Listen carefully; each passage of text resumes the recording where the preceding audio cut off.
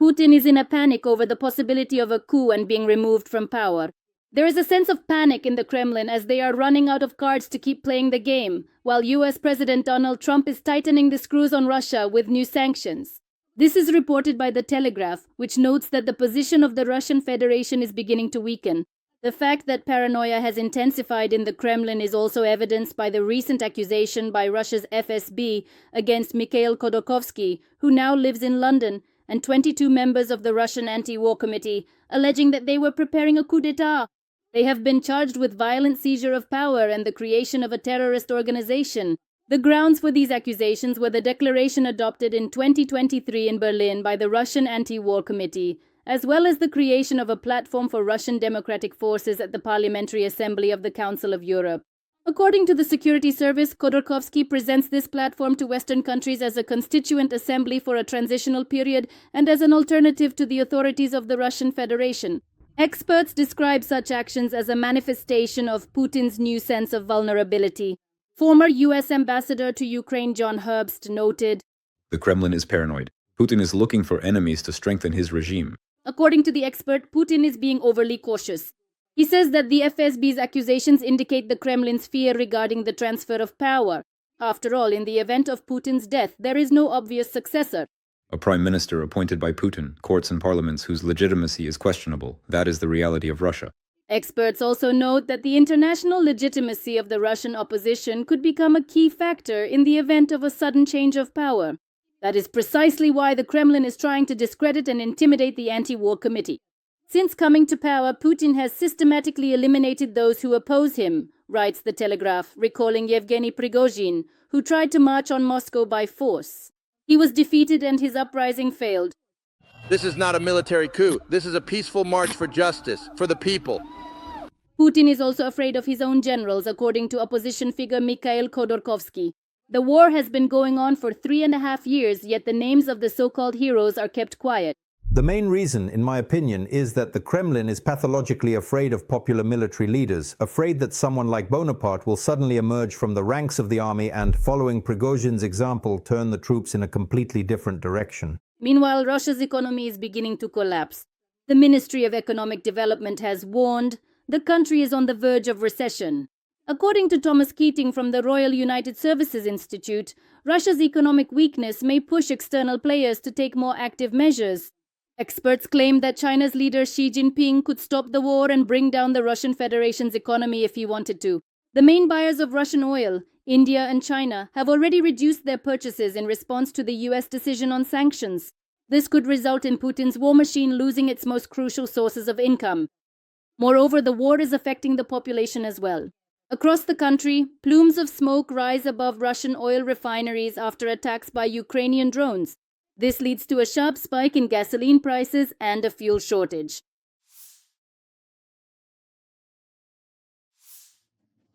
Russian dictator Vladimir Putin is ready to accept the US concept for resolving the war in Ukraine and move forward on the proposed basis.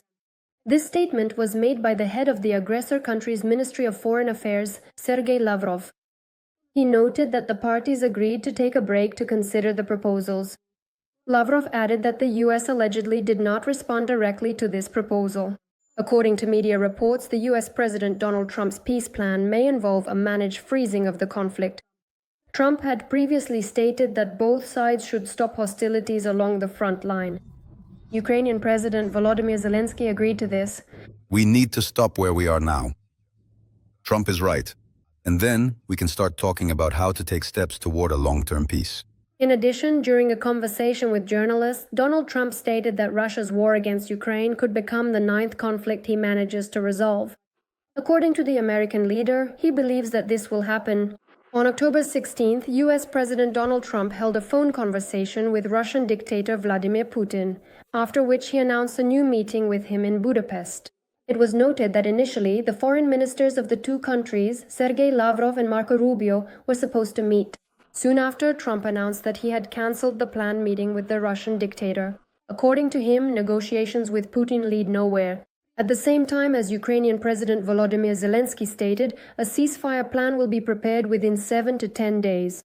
However, according to him, it is unlikely that Putin will accept it. On the evening of October 26, drones attacked Moscow and the Moscow region.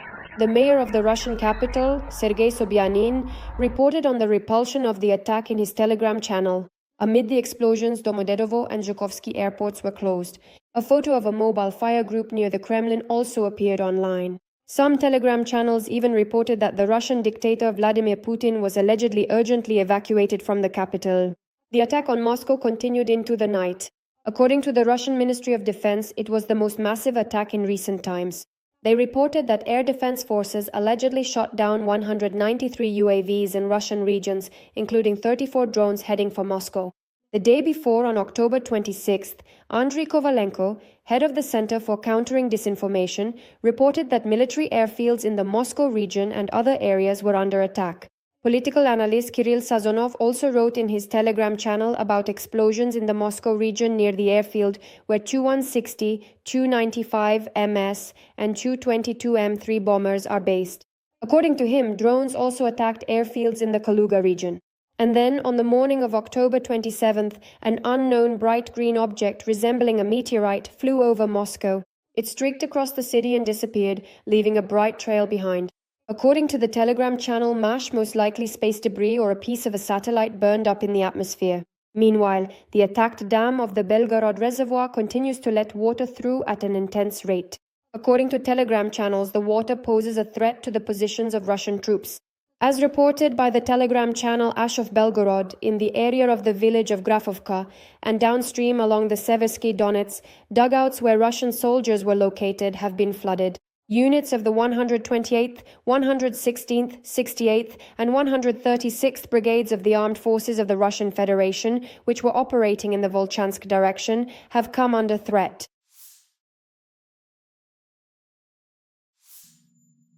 US President Donald Trump responded to the statement by Russian dictator Vladimir Putin about the testing of the Burevestnik missile.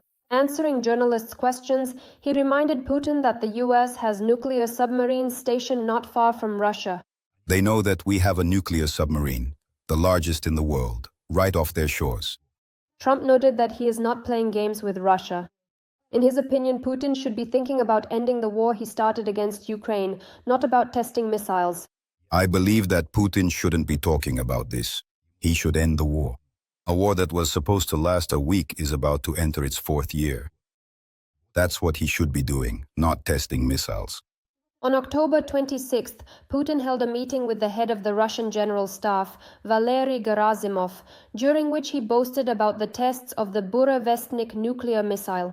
Gerasimov reported to Putin about the tests of a nuclear-powered cruise missile with unlimited range, which took place on October 21st. The missile was allegedly in the air for about 15 hours and covered 14,000 kilometers. Russia had previously conducted multiple tests of the Burevestnik, all of which ended in failure. For example, in 2019, west of the city of Arkhangelsk, an explosion occurred during an attempt to lift a cruise missile from the seabed near the Russian Navy's missile test range. 5 Russian nuclear energy specialists were killed. Anatoly Krapchinsky, deputy general director of a company specializing in electronic warfare systems, notes that at least 13 tests of the Burevestnik nuclear missile have ended in failure. And on October 22nd, the Russians launched a Yars intercontinental ballistic missile in Kamchatka. According to the aggressor country, the Yars has a strike range of up to 12,000 kilometers.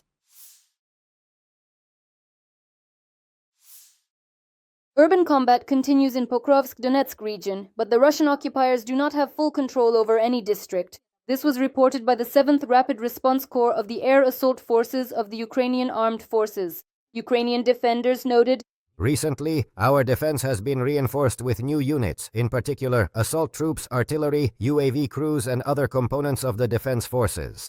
We are increasing the use of anti-aircraft drones and net launchers against enemy Mavics.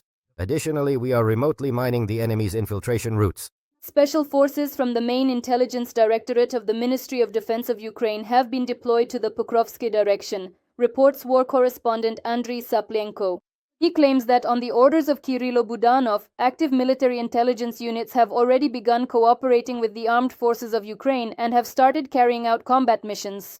Saplienko writes that the special forces of the main intelligence directorate are focused on counter-sabotage operations and eliminating enemy groups that have managed to infiltrate directly into the city of Pokrovsk. The war correspondent also publishes a video showing a swarm of Ukrainian drones over Pokrovsk, which are controlling the skies. Media outlets, citing officers from 2 brigades, reported that there are at least 250 Russians in Pokrovsk. They are engaged in firefights in the city neighborhoods. At the same time, Ukrainian serviceman Stanislav Bunyatov said that, according to a captured occupier, Russian President Vladimir Putin has given the order to capture the city by mid-November. Let us recall that the chief of the General Staff of the Russian Armed Forces, Valery Gerasimov, reported to Putin about the so-called successes of the occupiers and paid special attention to Pokrovsk. The Kremlin is trying to convince the international community that 3,000 Ukrainians are encircled in order to put pressure on Kyiv and Washington. However, Ukrainian President Volodymyr Zelensky denied that Ukrainian troops were encircled in the areas of Kupiansk and Pokrovsk, TSN reports. In a phone interview given to TV host Alamazur, the head of state emphasized, "This is a complete lie, and not the first one." The General Staff of the Armed Forces of Ukraine reports that the situation in the Pokrovsk-Mirnorad agglomeration area and the Okheretyn sector of the Pokrovsk direction remains difficult.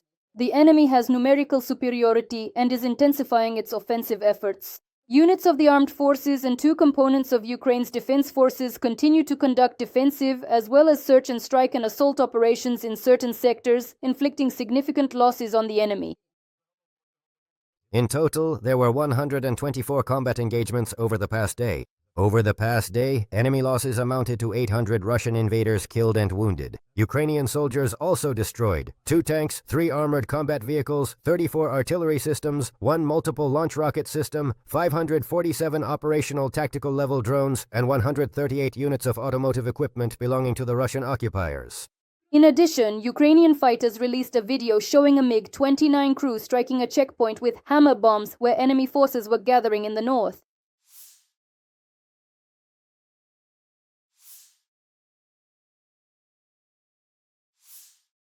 Russian Telegram channels are publishing videos allegedly showing a Ukrainian Flamingo missile flying over Moscow on the night of October 27. At that time, explosions were heard in the Russian capital, and Moscow Mayor Sergei Sobyanin reported that a drone attack had been repelled. According to the Russian Ministry of Defense, the attack was the largest in recent times. The ministry stated that air defense forces had allegedly shot down 34 drones heading for Moscow. There is no confirmation that the Flamingo missile was used during the attack on Moscow. However, Ukrainian President Volodymyr Zelensky said that Ukraine has already used domestically produced Flamingo and Ruta missiles against the enemy. He said this while speaking with journalists. The head of state noted that both missiles had seen combat use. However, he did not provide any details. Zelensky emphasized that Ukraine is doing everything to ensure that these are not isolated uses of the missiles but significant ones. Explosions are also occurring in other Russian cities. For example, on the evening of October 22nd, explosions were heard in the Russian city of Kopeysk near Chelyabinsk. The incident occurred at a military plastics factory. According to official data, 13 people were killed at the facility. Local authorities claim that the cause of the incident was allegedly a violation of safety regulations. At the same time, local residents reported online about a drone attack. Just now a guy came by from the plastics plant. He said he was all scraped up, covered in blood. He said that 3 drones flew in. And on October 21st, the defense forces struck the Bryansk chemical plant. According to the General Staff of the Armed Forces of Ukraine, the strike was carried out, among other things, with air-launched Storm Shadow missiles, which managed to penetrate the Russian air defense system.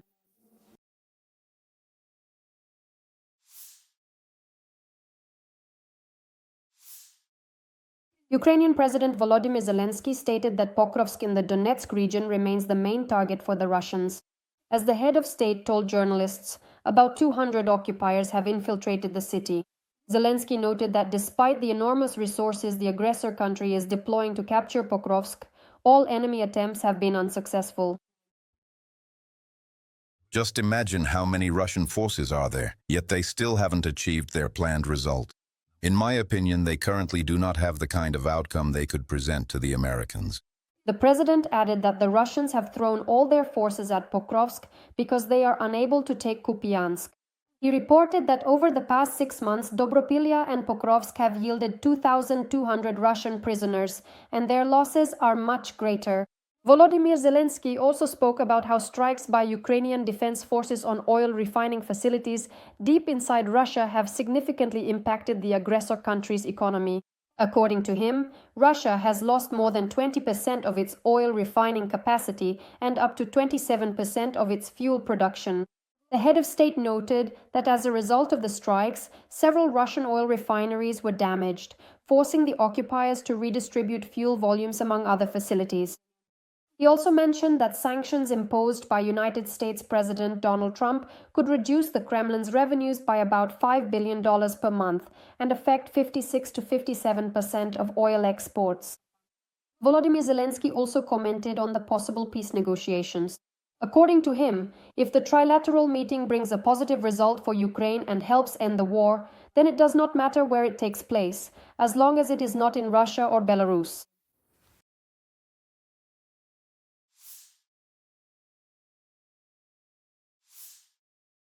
A video showing the aftermath of the strikes on the Belgorod Reservoir Dam has appeared online.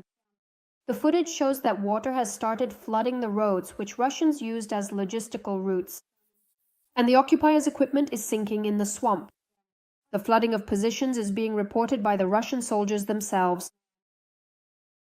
This is what the dub position looks like now. It's flooded. The water has overflowed the banks, covering the entire road.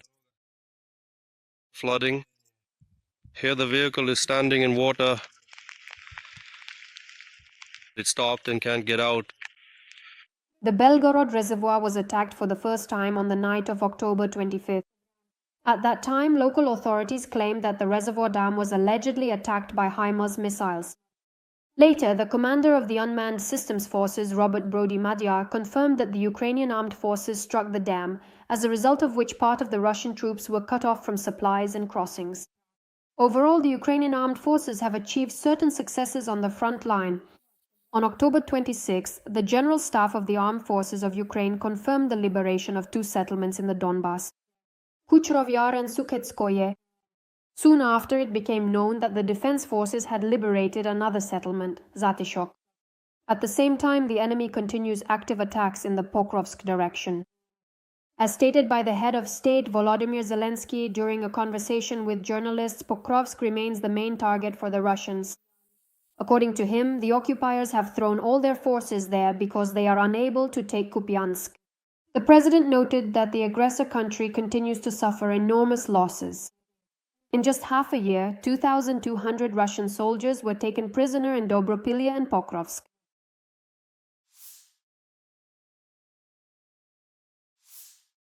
The Russian economy is sinking into recession while Kremlin TV propagandists are seeing their personal incomes grow at unprecedented rates.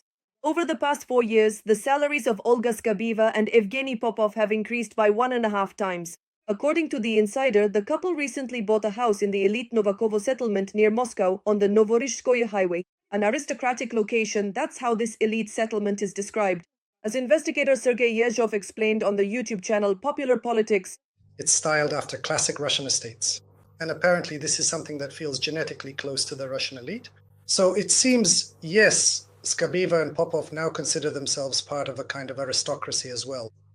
According to archived listings for the house, it was initially put up for sale for about 170 million rubles, but eventually the price dropped to 150 million. The house has 4 bedrooms, each with its own bathroom, a swimming pool, a kitchen dining room, a living room, an office, a laundry room, and a wood-fired sauna.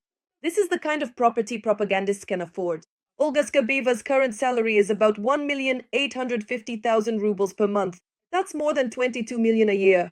The last time the couple's income was made public before this was in 2021. At that time, Skabieva was earning 15,200,000. After that, information about the earnings of State Duma deputies' families, including Yevgeny Popov, was classified. Before the State Duma elections in 2021, Popov tried to hide his real income. But in the end, even the Moscow City Election Commission exposed the propagandist manipulations. Already as a deputy, Yevgeny Popov declared an income for the year 2001 of more than 18 million rubles. The last years of the war have also been profitable for him. Now, like his wife, he earns significantly more. From the Rossiya TV channel, he receives on average 1,300,000 per month. and his salary in the State Duma is about $500,000 per month, as well as periodic payments from the Zenani Society, where he is listed as a lecturer, and from the advertising agency Wild Jam. The so-called work of these propagandists, whose job is simply to lie and spread hatred every day, is valued several times higher than even the work of legislators. That is, the people who write laws and press the buttons. The Rossiya TV channel, which airs the Popov and Skabiva show, is part of a state media holding.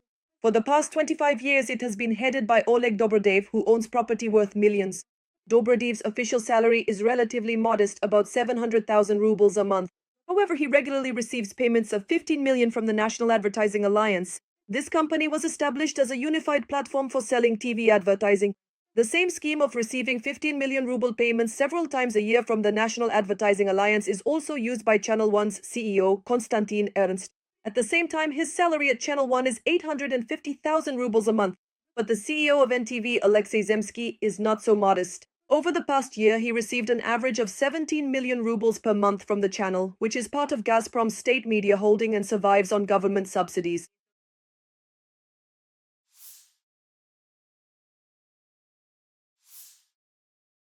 The collaborator Tatyana Montian has been added to the list of terrorists and extremists by the Russian Federation. This happened after reports against her from Alexander Matyushin, a militant of the so-called DPR, and propagandist Vladimir Solovyov, who accused her of stealing money collected for Russian soldiers. I don't care about your worthless reports and certificates. That has nothing to do with me. That's a matter for the tax authorities, the money you receive and how it's spent. How are you any different from info gypsies? Is it because you help the front? Great. What percentage of the money goes to you and what percentage goes to the front? What kind of reporting do you do? What kind of organizational structure do you have? And in the fact that she is trying to gain political influence. Scumbags like Montian are trying to score political points off real problems with the water supply. Solovyov also claimed that Montian insults the Kremlin's leader. No, that's not how it is at all. Control over people is necessary, writes Montian. A takeover is being prepared. Hey, you who swore at my president, what are you doing in my country? Who brought you here, and in what capacity?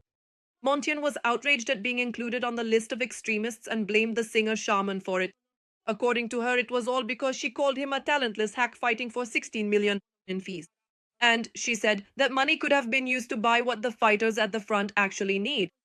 Montian added sarcastically, For words like that, you can now be accused not only of fake extremism, but of something even more serious. Montian began her career in Ukraine as a lawyer and human rights activist. In 2013, she spoke out against Euromaidan and supported the Russian Federation's aggression against Ukraine.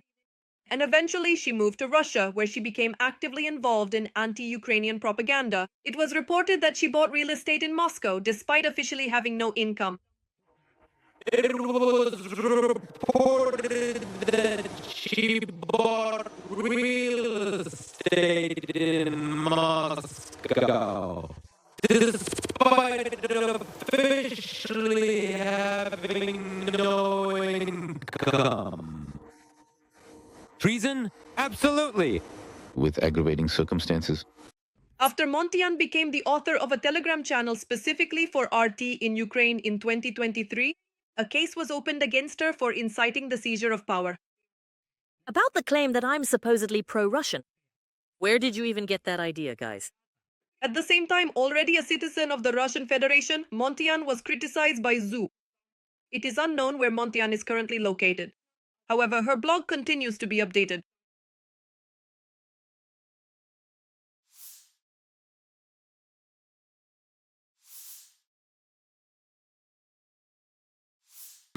Warming up with wet hair on my head, intellect measured by the meter on my wrist. My Russia is sitting in prison, and in the damage, this will pass. The lead singer of the street band Stop Time, Russian citizen Diana Loginova, known by the stage name Nayoka, was arrested for 13 days. She was charged under the article for organizing a mass gathering of people that resulted in a violation of public order. The court also arrested Stop Time's guitarist Alexander Orlov for the same period and under the same article. The musicians were accused of the band's concert at the corner of Nevsky Prospect obstructing access to the metro. However, according to media reports, there is no metro entrance at that location. The musician's lawyer, Sergei Loktev, emphasized in court that the complaint on which the new protocol was based was almost word for word copied from the previous report. An additional 13 days of arrest were given to Noka under the article for petty hooliganism. This was due to the use of profanity in one of the songs. The performer herself insisted that she did not organize anything, as she chose the spot to perform her song spontaneously. And the people who stopped to listen to her did not obstruct the flow of traffic. Loginova is a student at a music college. In the center of St. Petersburg, she performed songs by Monetochka, Zemfira, as well as the band Porno Filmy, whom the Russian authorities consider foreign agents. Earlier, the young street singer's mother stated that they had managed to raise enough funds for the girl's legal defense. Shortly before the next court hearing, it became known that Alexander Orlov had proposed marriage to Loginova. It's not certain that we'll see or write to each other again anytime soon. By the way, we're going to get married. It is reported that Orlov asked Loginova to marry him in a police van on October 17th when they were being taken to a detention center to serve their first administrative arrest. It has become known that in Yekaterinburg, street musician Evgeny Mikhailov was detained after he expressed support for the group Stop Time and singer Diana Loginova. He was kept in custody until the trial. The musician is being charged with petty hooliganism. Mikhailov said that Naoko and the group Stop Time became examples of courage and openness for him. An activist in Moscow spoke out against the detention of street musicians. The young man staged a solo protest near the Tsoy Wall on Old Arbat in the center of the Russian capital. He held a sign that read, "Music is not a crime," and featured an image of Naoko dancing among swan-like law enforcement officers. Viktor Tsoy, whose memory I am now standing near, said that a person must first and foremost be free from any external circumstances, and above all, preserve their humanity. And I really want all of us to keep our humanity and hold on to that freedom within ourselves. To perform, to sing what we like, to do what we enjoy, and say what we want to say. Another activist in Moscow staged a picket demanding the release of the musicians from Stop Time.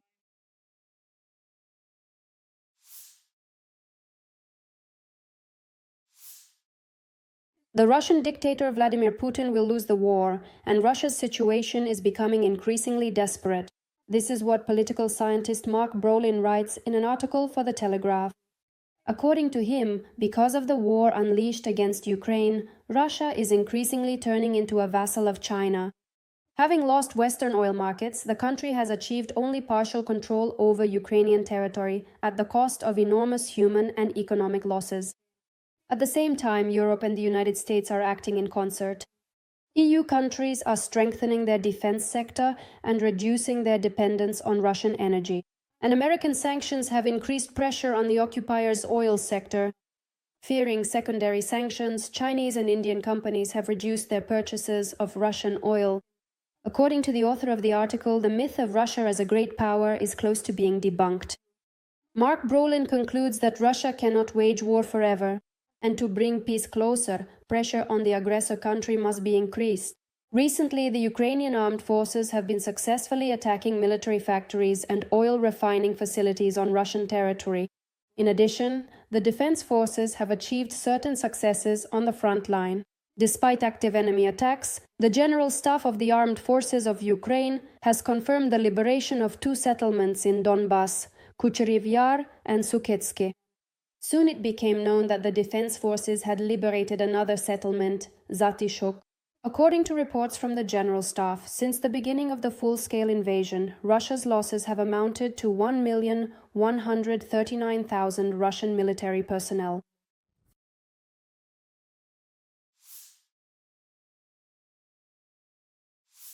Russia has conducted tests of the Poseidon underwater vehicle, Russian leader Vladimir Putin announced during a meeting with the occupiers fighting against Ukraine. For the very first time, it was not only possible to successfully launch it from the carrier submarine by means of the starting engine, but also to activate the onboard nuclear power unit, which was the essential system on which the device operated for a certain period of time. The dictator stated that the power of the Poseidon far exceeds that of the Sarmat intercontinental missile. There is nothing in the world like the Sarmat, and we don't have it on active duty yet, but it will be deployed soon. But the Poseidon significantly surpasses the Sarmat in terms of power. Putin added that, supposedly, there is nothing in the world that can match the Poseidon in terms of speed, and nothing will appear in the near future. The dictator also insists that there are no means of intercepting this missile. The Russian Poseidon is one of the most mysterious projects in the modern Russian arsenal. It is officially positioned as an unmanned underwater vehicle with a nuclear engine capable of carrying a super high-yield nuclear warhead. There is little concrete information about this weapon of the Russian Federation in open sources. It is known that the Poseidon is a giant autonomous torpedo that can travel underwater over intercontinental distances. It is designed to strike coastal targets. The Poseidon is about 20 meters long, up to 2 meters in diameter, and weighs up to 100 tons. And just a few days earlier, Putin held a meeting with the head of Russia's general staff, where he boasted about the test of the Burevestnik nuclear missile. This is truly a unique product which no one else in the world possesses. Now, at this stage, the decisive tests have been completed as planned. At that time, Gerasimov reported to Putin about the test of a cruise missile with unlimited range and a nuclear power unit, which was conducted on October 21st. A multi-hour flight of the missile was carried out, during which it covered a distance of 14,000 kilometers. And that's not the limit. And on a nuclear power unit. On a nuclear propulsion system. As Andrei Ryzhenko, a retired captain of the first rank, told the Union agency, the Burevestnik could be shot down dozens of times during its flight. According to him, this cruise missile is subsonic and in its shape resembles the KH-101 or Caliber missile. In turn, US President Donald Trump responded to the statement by Russian dictator Vladimir Putin about the tests of the Burevestnik missile. Answering journalists' questions, he reminded Putin that the US has nuclear submarines located not far from Russia. They know that we have a nuclear submarine, the largest in the world, right off their shores. Trump noted that he is not playing games with Russia. In his opinion, Putin should be thinking about ending the war he started against Ukraine, not about testing missiles. He should put an end to the war. A war that was supposed to last 1 week, but is now in its 4th year. That's what he should be doing, instead of testing missiles. Russia has previously conducted multiple tests of the Burevestnik, all of which ended in failure. For example, in 2019, to the west of the city of Arkhangelsk, an explosion occurred during an attempt to lift a cruise missile from the seabed near the Russian Navy's missile test range. And on October 22nd, the Russians launched a Yars intercontinental ballistic missile in Kamchatka. The range of the Yars, according to the aggressor country, is up to 12,000 kilometers.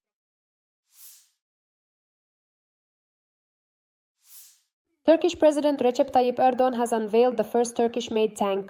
According to him, the country's defense industry has delivered the first models of the Altay tank, which was manufactured in Turkey, to the armed forces. At the official opening of the tank factory in Ankara, Erdogan stated that the facility will produce 8 tanks and 10 Oltuk armored personnel carriers each month. The Turkish leader stated that during government trials, the tanks covered a distance of 35,000 kilometers and fired 3,700 combat rounds. The Altay tank is based on the South Korean K-2 Black Panther tank. Its main armament is a 120mm caliber gun. Erdogan also spoke about other achievements of Turkey in the defense sector. According to him, Turkey holds 65% of the global UAV market. In addition, the country has risen to 11th place in the world in terms of arms exports, and products from its defense enterprises are supplied to 180 countries worldwide. Turkish President Recep Tayyip Erdogan noted that the country's dependence on foreign arms manufacturers has decreased over the past decade from more than 80% to less than 20%. We are striving to eliminate any dependence on external suppliers, including for the provision of critical components for the Altay tanks. Turkey has the second largest army in NATO after the United States of America. It is one of the few armies in the alliance with direct combat experience, including participation in operations in Afghanistan, the Balkans, and Syria. On the morning of October 29th, drones attacked the temporarily occupied Crimea. According to the Telegram channel Crimean Wind, at around 6:30 a.m., there was a powerful strike in the village of Gvardeyskoye, as a result of which the Otan oil depot caught fire. Earlier, it had been attacked on October 17th and burned for several days. There is also a large fire observed in the area of the Simferopol CHP in the village of Grisovsky. According to the channel, the oil depot located nearby is burning there. Crimean Wind notes that yesterday, military fuel trucks covered with camouflage nets and drone protection were actively entering and leaving this oil depot. It is actively used to supply the Russian occupation army. Subscribers of Crimean Wind also report a likely strike near the village of Krylovka, close to the settlement of Mirny. There are military equipment depots located there. There are also Russian air defense positions nearby. Drones have once again attacked Russian regions as well. In particular, there was an attack on the Mari oil refinery, which is located in the village of Tabashino in the Republic of Mari El. UAVs attacked one of the local oil depots near the town of Novospaskoye in Russia's Ulyanovsk region. In addition, the Stavrolen chemical production facility in the Stavropol region was also hit. The Russian Ministry of Defense reported the alleged downing of 100 drones in several Russian regions and in the temporarily occupied Crimea.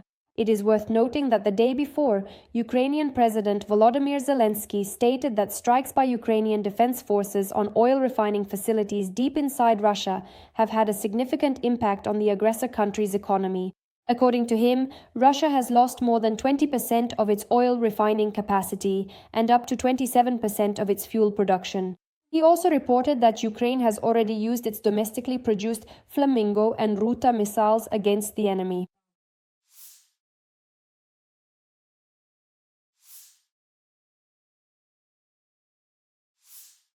Donald Trump has accepted Putin's nuclear challenge.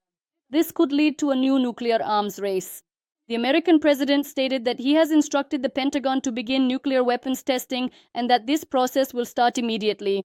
He wrote on his social network, "In connection with the testing programs conducted by other countries, I have instructed the Department of Defense to begin testing our nuclear weapons on an equal footing." Later, Donald Trump explained to the press that the publication about nuclear tests was necessary to respond to the actions of other countries and added that the time and place of the tests would be announced later. "We have more nuclear weapons than anyone else. We don't conduct tests. We stopped them many years ago. But if others are conducting them, I believe it is appropriate for us to start testing as well." Commenting on the demonstration test of the Burevestnik nuclear missile, which Russian dictator Vladimir Putin recently boasted about, the American leader reminded that the US had sent a nuclear submarine to the shores of Russia. So Russia should think about its own security before threatening others with nuclear weapons. Trump's statement was circulated by American media on the morning of October 27th. "They know that we have an advanced nuclear submarine, the best in the world, right off their shores. So we don't need a missile to fly 8,000 miles. Let us recall that the day before, Putin announced Russia's test of the Burevestnik cruise missile with a nuclear power unit. After all, this is a truly unique product that no one else in the world has. And then he stated that the Russians had tested the Poseidon. Trump's reaction may indicate that he is choosing a more forceful and decisive response to the nuclear saber-rattling that Putin resorted to after Washington increased pressure on the Kremlin to end the war in Ukraine. The last time the United States tested nuclear weapons was back in the year 1992, but after that, the country proposed testing its delivery systems, including intercontinental ballistic missiles, submarines, as well as bombers, according to Bloomberg. U.S. President Donald Trump held a meeting with Chinese leader Xi Jinping. According to Reuters, the meeting lasted an hour and 40 minutes. After the meeting, Trump stated that it was an amazing meeting and that many important decisions were made. Trump rated his meeting with the Chinese leader 12 out of 10 and announced reciprocal visits. After the meeting, Donald Trump announced that he had reduced tariffs on goods from China. The reduction will take effect immediately. The overall tariff rate on Chinese exports to the U.S. will drop from 57% to 47%. The American leader said that he discussed Russia's war against Ukraine with Xi. "We talked with Xi about Ukraine for a long time. We will work together to do something about it. We agreed that both sides are bogged down in fighting." International observer and Middle East affairs expert Khan Coughlin stated, the meeting between U.S. President Donald Trump and Chinese leader Xi Jinping could help achieve a breakthrough in his efforts to end the war in Ukraine. After all, according to the expert, Russia's military campaign is largely supported by Beijing, especially thanks to China's willingness to keep buying large volumes of Russian oil despite Western sanctions. In his article for The Telegraph, Coughlin writes, China is providing Moscow with technological support, supplying drones and missile systems that help the Russian army make up for significant losses on the battlefield. Ending the so-called no-limits partnership between the autocratic regimes of Moscow and Beijing has become one of the key goals of the Trump administration. It is noted that relations between Russia and China have always been complicated, including due to historical territorial disputes. For example, in Manchuria, which nearly led to open war in the 1960s. And although these disagreements were officially resolved in 2003, Moscow still remains wary of China's long-term plans. Another indicator of tension between Moscow and Beijing is China's reluctance to officially recognize Russian control over Ukrainian territories seized since 2014. This means that while she is willing to provide Russia with some support, he does not intend to enter into direct confrontation with the United States. Thus, the recent Trump-Xi summit in South Korea could play an important role in determining how willing China will be to continue supporting Putin in his war against Ukraine. Failing to persuade Putin to agree directly to a ceasefire, Trump may achieve this goal by striking a new trade deal with Beijing, as noted in the Telegraph article. Earlier, it became known that the largest Chinese state-owned oil companies have suspended purchases of Russian oil delivered by sea. As reported by Reuters, this happened after the United States imposed sanctions on the Russian oil companies Rosneft and Lukoil.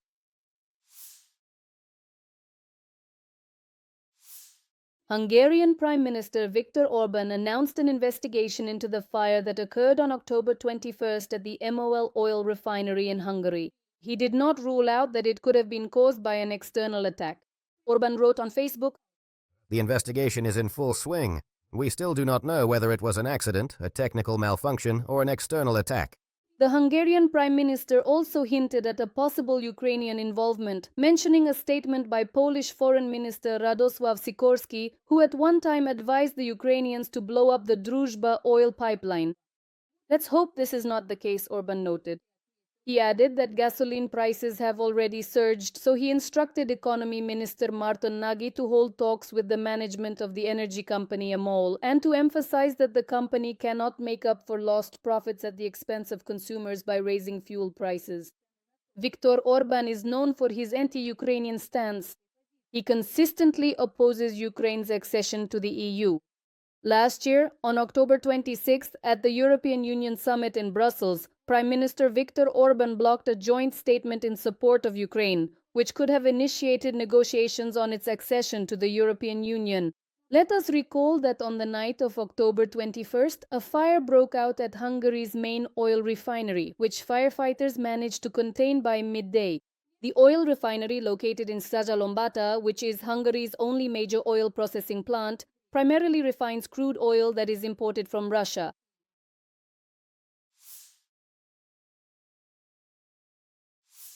On October 29th, Russian occupiers demonstratively raised the tricolor flag on the stele in Ukrainian Pokrovsk. However, within an hour, the enemy flag was destroyed according to the monitoring project Deep State. At the same time, the project notes that the situation in the city remains difficult as the enemy continues to amass infantry. Ukraine's defense forces are making great efforts to inflict maximum losses on the enemy. The city is a large grey zone since there are still plenty of our positions south of the railway. At the same time, it is true that quite a few occupiers have managed to infiltrate north of the railway. The 7th Rapid Response Corps of the Ukrainian Air Assault Forces also reports that the Russians continue their attempts to encircle the Pokrovsk agglomeration. To carry out their plan to encircle the Pokrovsk agglomeration, the enemy has deployed about 11,000 troops. The enemy groups that managed to infiltrate the city aim to advance to the northwest and north of Pokrovsk. It is noted that overall, in the area of responsibility of the 7th Air Assault Corps, the enemy has amassed about 27,000 troops, around 100 tanks, up to 260 armored fighting vehicles, and up to 160 artillery pieces and mortars. The map released by the 7th Corps shows the enemy's likely plan to encircle the Pokrovsk agglomeration. Earlier, Ukrainian President Volodymyr Zelensky stated that the main objective of the Russian Federation right now is to capture the city of Pokrovsk.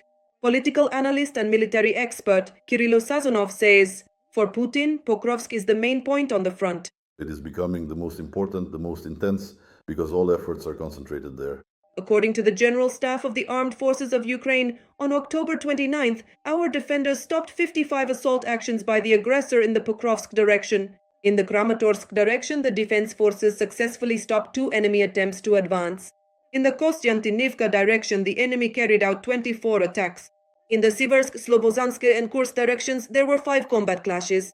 In the southern Slobozhansk direction, the enemy also launched 5 assaults. In the Kupiansk direction, there were 15 attacks by the invaders. In the Lyman direction, the enemy attacked 17 times. In the Sloviansk direction, the armed forces of Ukraine repelled 7 enemy attacks. In the Oleksandrivka direction, the enemy carried out 21 attacks. In the Huliaipol direction, the defense forces repelled an enemy attack near the settlement of Zeleny High. In the Orikhiv direction, there were 5 combat clashes. In the Pridniprovsk direction, Ukrainian units repelled 4 enemy assaults toward the Antonivsky Bridge. Meanwhile, dictator Vladimir Putin claimed that in Kupiansk and Pokrovsk, the Ukrainian armed forces are allegedly blocked and surrounded. The command of the Ukrainian armed forces refuted Putin's statement.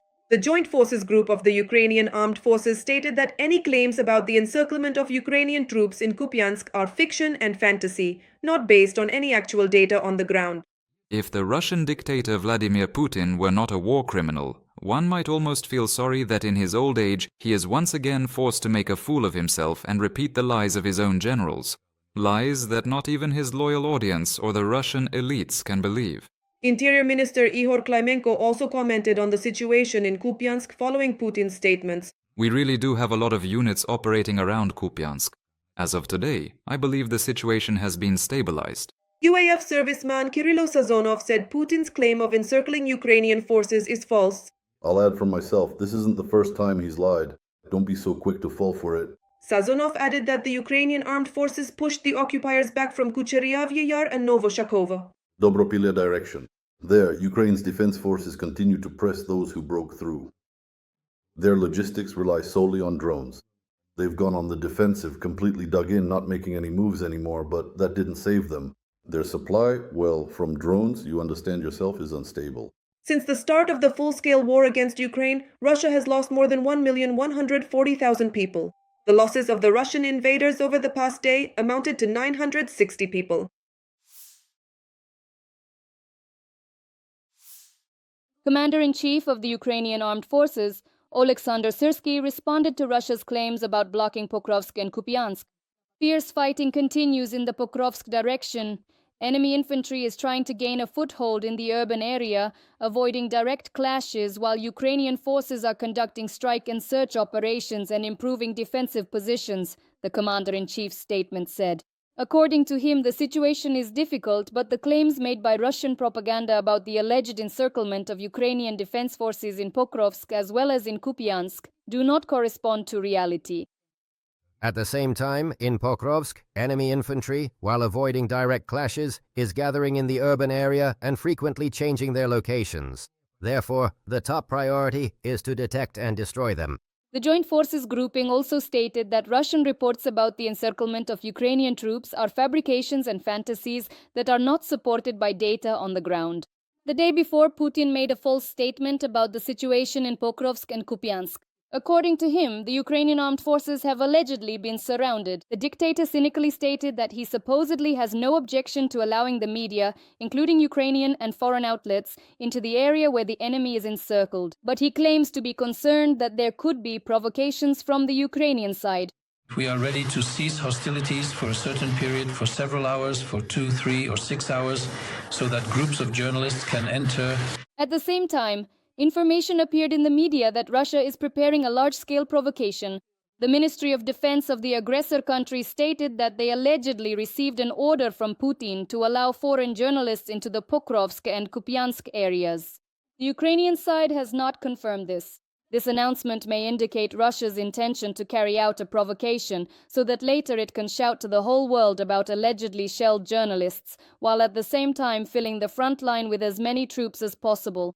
Trump's team doesn't trust Putin either. U.S. Vice President J.D. Vance believes that the time has come for Ukraine and Russia to end the war. The politician questioned Putin's territorial gains and pointed out that Russia is losing too many people.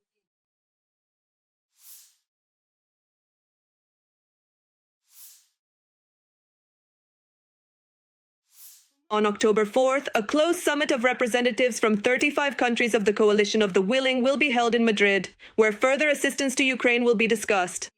At the same time, as El Mundo reports, the meeting is scheduled to take place under conditions of maximum secrecy. participants have been warned that mobile phones are prohibited. They will need to hand them in at a designated location and are also asked not to disclose any information about the meeting on public platforms or social networks. The summit will consist of 2 sessions focused on providing assistance to Kyiv. In the first session, participants will discuss how to meet Ukraine's urgent financial needs, particularly those related to its military and defense efforts.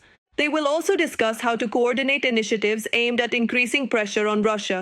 In the second session, the parties will try to develop a common approach to security guarantees for Ukraine.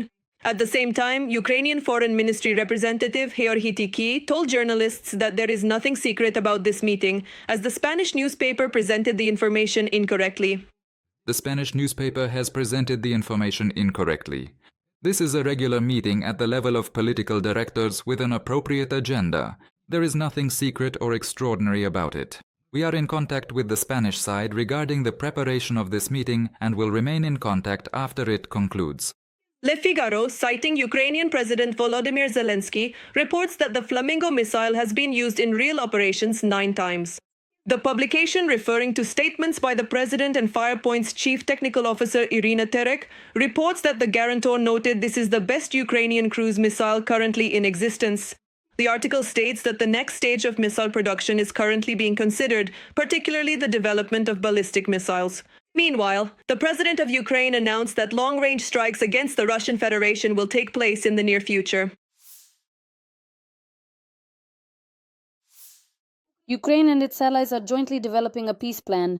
It will be a single document. There are no alternative plans from individual countries. This was stated by the head of the President's office, Andriy Yermak. There are currently many reports in the media about alternative plans. Supposedly, the US has one, the EU has another, and some individual countries have their own. I want to state clearly that this is not the case. As the head of the President's office emphasized, the result will be a single document jointly developed by Ukraine and its partners, which will take Ukrainian interests into account. Presidents Zelensky and Trump, as well as European leaders, all agree that any negotiations must begin with a ceasefire along the current line of contact. All partners believe that, for diplomats to work successfully, the fighting must be stopped. We highly value President Trump's leadership as a peacemaker and believe that he is the one who can help Ukraine achieve a just, lasting peace, secured by reliable security guarantees. A draft with 12 points of a peace plan for Ukraine was leaked online. The document was published by journalists from the European Service of Radio Liberty. The draft consists of 12 steps and is based on the principle of a ceasefire first, and its previous official name was Elements of Peace in Ukraine. The first stage is a ceasefire, which will begin 24 hours after both sides accept this plan. Next, the front line will be frozen at the positions it held at the moment the ceasefire began. Monitoring of the ceasefire will begin immediately under the leadership of the United States, using satellites, drones, and other technological means. The second stage includes peace negotiations and the restoration of Ukraine. At the same time, it became known that the United States cancelled the meeting between Trump and Putin in Budapest due to Russia's unacceptable demands regarding peace in Ukraine, according to the Financial Times. Russia sent a memorandum to Washington demanding territorial concessions and a reduction of the army, as well as guarantees that Ukraine will never join NATO. After that, there was a conversation between US Secretary of State Marco Rubio and Russian Foreign Minister Sergei Lavrov, after which the Secretary of State reported to Trump that Moscow was not showing readiness for negotiations. One of the Oreshniks was destroyed on the territory of the Russian Federation, reported the head of the Security Service of Ukraine, Vasyl Malyuk, during a meeting with the President of Ukraine, Volodymyr Zelensky. Until now, we have never made this public, but we can say that one of the 3 Oreshniks was successfully destroyed on their territory at Kapustin Yar by the forces of the GUR, SBU, and SVR. As Malyuk reported, this was communicated exclusively to the President of Ukraine, and a few presidents of other countries were also aware of it. The destruction was 100%. It was a very successful mission. At that time, the name Oreshnik was not used by the general public, and the Russians had not yet posed a significant threat with it. If I'm not mistaken, this was the summer before last. At the same time, Zelensky stated that the Russian Federation plans to deploy the Oreshnik on the territory of Belarus. According to him, Western partners should pay attention to this. We understand that its approximate range is 5,500 kilometers, and there is a dead zone of 700 kilometers. In other words, Europeans, especially those in Eastern Europe, should pay attention to this. In fact, everyone needs to pay attention to these risks. The head of the Security Service of Ukraine also reported that since the beginning of the year, the defense forces have carried out nearly 160 successful strikes on oil extraction and oil refining facilities on the territory of the Russian Federation. This has led to a deficit of more than 20% in the domestic petroleum products market and a ban on gasoline exports until the end of this year. Malyuk added that these are legitimate targets since 90% of the budget of the Ministry of Defense of the Russian Federation comes from oil extraction and oil refining. There is currently no encirclement of the defense forces by the occupiers in the Pokrovsk area, Ukrainian President Volodymyr Zelensky stated. Our forces are in Pokrovsk. Near Pokrovsk, our forces are in control of the situation. There is a tense situation with the enemy on all sides there. All commanders on the ground understand how encirclement could happen. It can't. People are the most important thing. Everyone understands this. But you have to know, they don't dominate there today. There are many of them, but to say that they are winning is not true.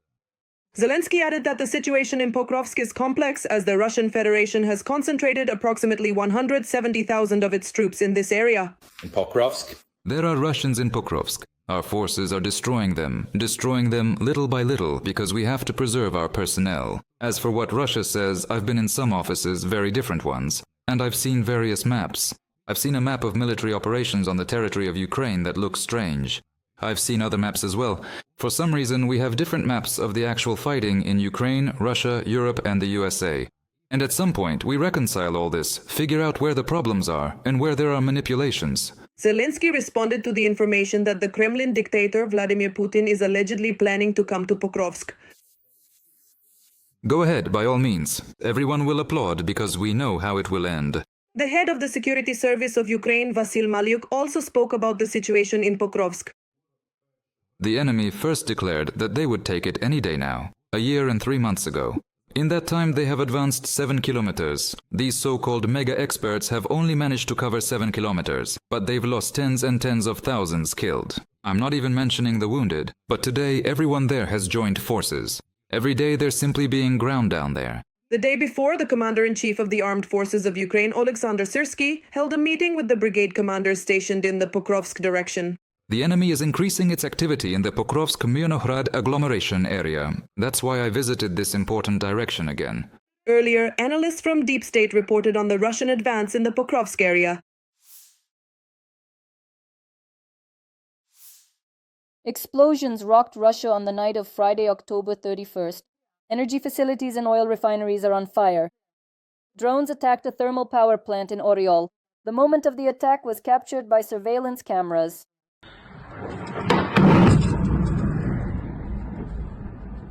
Governor Andrei Klitschkov confirmed the attack on the Oriol thermal power plant. According to him, the air defense system was activated, but hits could not be avoided. As a result of the drone being shot down, debris fell on the territory of the Oriol thermal power plant, causing damage to the power supply equipment. There were no casualties or fires at the facility. Special services personnel are at the scene. Repair work to eliminate the consequences is ongoing. The city lost power after the attack on the thermal power plant. According to the Telegram channel Astra's Sint Analysis, one of the strikes on the Oriol thermal power plant hit the open switchgear. The Oriol thermal power plant is the largest source of electricity and heat generation in the region. It supplies both electricity and heat. In the Vladimir region, the Vladimir substation in the settlement of Energetic was attacked.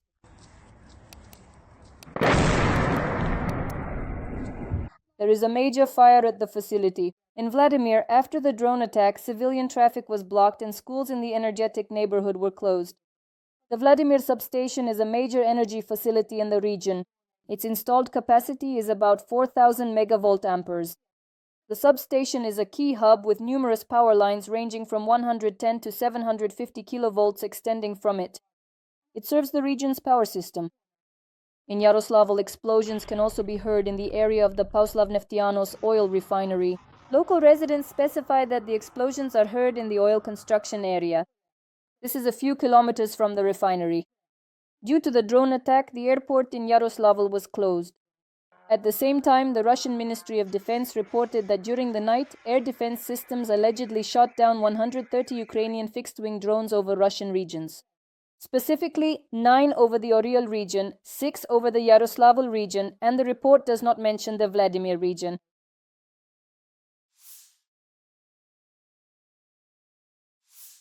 Mass protests against conscription took place in Israel. This could cost Prime Minister Benjamin Netanyahu his position. Tens of thousands of ultra-Orthodox Jews took to the streets in Israel to protest against mandatory military service, according to the Israeli press. The demonstrators demanded to preserve the legislation exempting students of religious schools from conscription. According to the publication, 800 people have recently been detained out of nearly 7,000 ultra-Orthodox draft dodgers. Israeli police reported that roads leading to Jerusalem were blocked and 2,000 personnel were deployed to ensure security in the city. The local railway announced the closure of the main Navon train station. During coverage of the protests, Channel 12 reporter Inba Tweezer was attacked.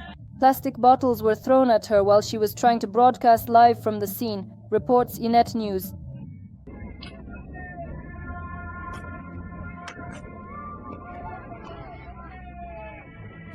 Disagreements in Israeli society over the current exemption from conscription for ultra-Orthodox Jews have become the most serious threat to the government. Prime Minister Benjamin Netanyahu. The demonstrators are mainly supporters of 2 ultra-Orthodox parties that joined Netanyahu's ruling coalition almost 3 years ago. Their decision to leave the coalition in July and boycott legislative votes has paralyzed the government, writes the Times of Israel. The wave of protests was a response to the decision of Israel's Supreme Court made in June 2024, which unanimously allowed the conscription of ultra-Orthodox students into the army.